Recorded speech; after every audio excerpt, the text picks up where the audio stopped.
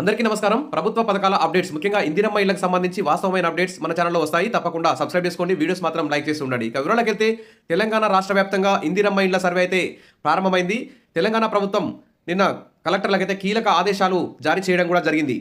తర్వాత బుధవారం నుంచి ఇందిరమ్మ ఇళ్ల లబ్ధిదారులను గుర్తించేందుకు పంచాయతీ కార్యదర్శులు సర్వే అయితే ప్రారంభించారు. సోమవారం నుంచే ప్రారంభించాల్సి ఉండగా వివిధ సర్వేలు పన్ను ఒత్తిడితో ఇందిరమ్మ ఇళ్ల సర్వే నుంచి మినహాయించాలని కోరుతూ గ్రామ కార్యదర్శులు అదనపు కలెక్టర్లను ప్రభుత్వాన్ని అయితే కోరి వినతి పత్రాలు అయితే ఇవ్వడం జరిగింది. తర్వాత రాష్ట్ర వ్యాప్తంగా అన్ని జిల్లాల కలెక్టర్లు గ్రామ కార్యదర్శులతో సమావేశం ఏర్పాటు చేసి వారి యొక్క డిమాండ్లన్నింటినీ పరిష్కరిస్తాము అని చెప్పి సానుకూలంగా స్పందించడంతో మరి గ్రామ కార్యదర్శులు అయితే ఇందిరమ్మ ఇళ్ల సర్వేని చేయడానికైతే ముందుకొచ్చారు. దాదాపు ప్రజాపాలనలో 80 లక్షల అప్లికేషన్లు ఇందిరమ్మ ఇళ్ల కోసం అప్లై చేసుకున్నారు. దీంట్లో దాదాపు 70 లక్షల అప్లికేషన్లు మరి ఇందిరమ్మ ఇళ్ల కోసం అర్హులని తేల్చారు. ఈ 70 లక్షల ఇండ్లకి 70 లక్షల కుటుంబాలకి మరి తెలంగాణ రాష్ట్ర వ్యాప్తంగా ప్రతి ఒక్క ఇంటికి ప్రజాపాలనలో మీరు ఇందిరమ్మ ఇళ్ల కోసం అప్లై చేసుకున్న ప్రతి ఒక్క ఇంటికి వెళ్ళి ప్రత్యక్షంగా ఇందిరమ్మ ఇళ్ల యాప్లో మీ యొక్క ఇంటి వివరాలు, మీ కుటుంబం యొక్క ఆస్తిపాస్తులు, మీ ఇల్లు ఏ విధంగా ఉంది, రేకులిల్లా, పక్కా ఇల్లా, డాబా ఇల్లా, పూరిల్లా, పెంకుటిల్లా, ఈ విధంగా ప్రతి అంశాన్ని ఫోటోలు తీసి ఇంటి లోపల ఫోటోలు తీస్తారు, ఇంటి బయట ఫోటో తీస్తారు, ఈ విధంగా అన్ని మీ యజమాని ఫోటో తీస్తారు. ఈ విధంగా ప్రతి అంశాన్ని ఫోటో తీసి యాప్లో అప్లోడ్ చేస్తారు. మీ యొక్క సర్టిఫికేట్లు కూడా అప్లోడ్ చేస్తారు. మీ సొంత జాగా 60 గజాలకు తగ్గకుండా ఉన్నటువంటి సొంత జాగాను కూడా ఫోటో తీసి చుట్టుపక్కల ఉన్న హద్దులు కూడా ఫోటో తీసి జీపీఎస్లో మరి యాప్లో అయితే అప్లోడ్ చేస్తారు. ఈ విధంగా చాలా కీలకంగా ఈ సర్వే అయితే మారింది. కాబట్టి కలెక్టర్లందరూ కూడా అధికారులకు చాలా స్ట్రిక్ట్ ఆదేశాలు అయితే జారీ చేశారు. ఇళ్ల ఫోటోలు తీసి అప్లోడ్. ఇందిరమ్మ ఇళ్ల లబ్ధిదారుల ఎంపిక సంబంధించి విచారణలో ఆధునిక సాంకేతిక పరిజ్ఞానం ఉపయోగిస్తున్నారు. దరఖాస్తుదారులు ప్రస్తుతం మరి మీరు ఈ ప్రశ్నలకి ఖచ్చితంగా సమాధానం ఇవ్వాల్సి ఉంటుంది. వారు ప్రత్యక్షంగా మనం అబద్ధం చెప్పినా కానీ వారు ప్రత్యక్షంగా వస్తున్నారు కాబట్టి అక్కడ ఉన్నటువంటి వాస్తవాన్ని వాళ్ళు యాప్లో అప్లోడ్ చేస్తారు. కాబట్టి మనం అబద్ధాలు చెప్పినా నిజాలు చెప్పినా అనేది దాని మీద తేడా లేకుండా వారు ప్రత్యక్షంగా అధికారులు పరీక్షిస్తారు. దరఖాస్తుదారులు ప్రస్తుతం నివాసం ఉంటున్న ఇల్లు సొంతమా లేదా అద్దెనా, ఏ రకమైన కట్టడం తదితర వివరాలు తెలుసుకుంటారు. ఇల్లు రేకుల షెడ్డు, స్లాబు, గూన, ఇంటి స్థలం ఉంటే తర్వాత రిజిస్ట్రేషన్ డాక్యుమెంట్లు, ఇంటి బయట పైకప్పు, ఇంటి లోపలి ప్రాంతాలను జీపీఎస్తో లింక్ చేసి ఫోటోలు తీసి అప్లోడ్ అయితే చేస్తున్నారు. ఇక దరఖాస్తుదారుల సర్వే అనంతరం అధికారులు జాబితాను గ్రామాల్లోని ఇందిరమ్మ కమిటీలకు అప్పగిస్తారు. ఆయా కమిటీల సభ్యులు జాబితాలోని పేర్లను పరిశీలించి అర్హులను ఎంపిక చేస్తారు. ప్రభుత్వం మహిళల పేరిట ఇళ్లను మంజూరు చేసింది. అయితే ఇప్పటివరకు ఇందిరమ్మ కమిటీల సభ్యులు ఎంపిక ప్రక్రియ పూర్తి కాలేదు. కొన్ని చోట్ల పూర్తి కాలేదు కాబట్టి ఎక్కడైనా సరే ఇందిరమ్మ కమిటీలు ఏర్పడకపోతే వెంటనే ఆ ఇందిరమ్మ కమిటీలు కూడా ఏర్పాటు చేయాలని చెప్పేసి ప్రభుత్వం అయితే స్ట్రిక్ట్ ఆదేశాలు జారీ చేసింది. నెలాఖరులోగా ఈ ఇందిరమ్మ ఇంటింటి సర్వే పూర్తి చేయాలి. అర్హులను గుర్తించడంలో భాగంగా సర్వేని అయితే స్పీడ్గా చేయాలి. తర్వాత ఇబ్బందులు ఎదురవుతాయని మొదట సర్వేకు నిరాకరించిన పంచాయతీ కార్యదర్శులు మరి చర్చలతో ఫలించడంతో మళ్ళీ ఈ సర్వే అయితే చేస్తున్నారు. మొత్తానికైతే సర్వే నిర్వహించే కార్యదర్శులకైతే మరి ప్రతి ఇంటికి వెళ్ళి పరిశీలించి యాప్లో అప్లోడ్ చేయడం అయితే తీవ్ర ఒత్తిడి ఎదుర్కొనే అవకాశం ఉంది. ఎలాంటి ఇబ్బందులు లేకుండా చర్యలు తీసుకుంటామని అధికారులు అయితే వెల్లడిస్తున్నారు. యాప్లో తాత్కాలిక మార్పులతో సర్వేకి హామీ కూడా ఇవ్వడం జరిగింది. అధికారులు రాష్ట్ర పంచాయతీరాజ్ అధికారులతో కార్యదర్శులు మాట్లాడారు. ఫస్ట్ 2 రోజులు అయితే ఈ ఇందిరమ్మ ఇళ్ల యాప్ సరిగా పనిచేయడం లేదు, దాన్ని సరిచేశారు. తర్వాత గ్రామ సభల ద్వారానే అర్హులను గుర్తిస్తాం. అందుకోసమే ఇప్పుడు యాప్ ద్వారా గ్రామ కార్యదర్శులు సర్వే చేస్తున్నారు. మరి ఒకవేళ వాళ్ళకి ఇండ్లు రాకపోతే గ్రామదర్శుల మీదనే ఈ బదనాం పడుతుందని చెప్పేసి గ్రామ కార్యదర్శులు వెనక్కి తగ్గుతున్న సందర్భంలో మరి ప్రభుత్వం అయితే గ్రామ సభల ద్వారానే ఇందిరమ్మ ఇళ్ల అర్హుల లిస్టును తయారు చేస్తామని చెప్పడంతో మరి గ్రామ కార్యదర్శి అయితే సమ్మెను విరమించారు. ఇందిరమ్మ ఇంటి నిర్మాణం కోసం సాయం అందుకునేవారు అర్హులా కాదా అనే విషయం గతంలో యాప్ ద్వారా తేల్చాల్సి అని ప్రభుత్వం ప్రకటించింది.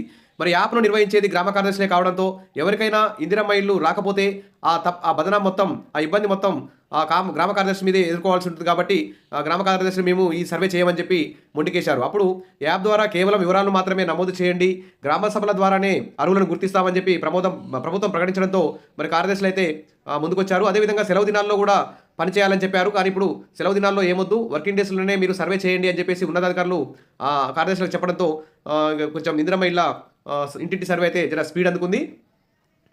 దాదాపు ఇందిరమ్మ ఇళ్ల పథకం సర్వేను ఏ ఒక్క దరఖాస్తుదారుని మినహాయించకుండా ప్రతి గ్రామ పంచాయతీ, మున్సిపల్ డివిజన్, వార్డులు ప్రతి ఇంటిని కూడా అప్లై చేసుకున్న ప్రతి ఒక్క దరఖాస్తుదారునింటికి వెళ్ళి 500 మంది దరఖాస్తుదారులకు ఒక సర్వేయరు, 5 సర్వేయర్లకు ఒక సూపర్వైజర్ను నియమించాలని, మొబైల్ యాప్ వినియోగం, ప్రభుత్వ మార్గదర్శకాలపై పరిపూర్ణమైన అవగాహన కోసం జిల్లా, మండల స్థాయిలో శిక్షణ ఇప్పించాలని కలెక్టర్లకైతే సూచించారు. ఈ నెల 13, 14 తేదీల్లో వినూత్న అవగాహన కార్యక్రమాలు కూడా చేపట్టాలన్నారు. ఒక్కో సర్వేయర్ రోజుకు కనీసం 25 నుంచి 30 ఇళ్లు సందర్శించి గడువులోపు సర్వే పూర్తి చేయాలన్నారు. సర్వేకు వెళ్లే ముందు కనీసం ఒక రోజు ముందు దరఖాస్తుదారులకు సమాచారం ఇవ్వాలన్నారు. అదేవిధంగా గ్రామంలో డప్పు చాటింపు కూడా చేయాలని చెప్పారు. ఇందిరమ్మ ఇళ్ల నిర్మాణానికి సంబంధించిన ప్రజల సందేహాల నివృత్తి కోసం టోల్ ఫ్రీ నెంబర్ను కూడా అందుబాటులో ఉంచాలని చెప్పారు. ఈ విధంగా ఏ సమస్య ఉన్నా, ఎక్కడ ఏ సమస్య ఉన్నా కానీ ఎంపీలు, ఎమ్మెల్యేలు, ఎమ్మెల్సీలు, ప్రజాప్రతినిధులు అందరూ కూడా దగ్గరుండి పరిష్కరించాలని చెప్పేసి ప్రభుత్వం అయితే ఆదేశాలు జారీ చేసింది. ఇక మంత్రి ఇప్పటికే దాదాపు సర్వేలు కూడా ఏర్పాటు చేశారు. కుటుంబాల వివరాలను సర్వే ద్వారా సేకరించాలన్నారు. పైలట్ ప్రాజెక్ట్ కింద దాదాపు 4 జిల్లాల్లో ఈ సర్వే మొత్తం పూర్తయింది. విజయం సాధించామని చెప్పేసి ప్రభుత్వం అయితే చెప్తుంది. ఇందిరమ్మ ఇళ్ల దరఖాస్తులను నెలాఖరులోగా పూర్తిగా చేయాలని చెప్పేసి ప్రభుత్వం అయితే ఆదేశాలు జారీ చేయడం, ఇందిరమ్మ ఇళ్ల అర్హుల లిస్టు త్వరలోనే తయారవుతుందని చెప్పేసి లబ్ధిదారులందరూ కూడా ఆశగా ఎదురు చూస్తున్నారు.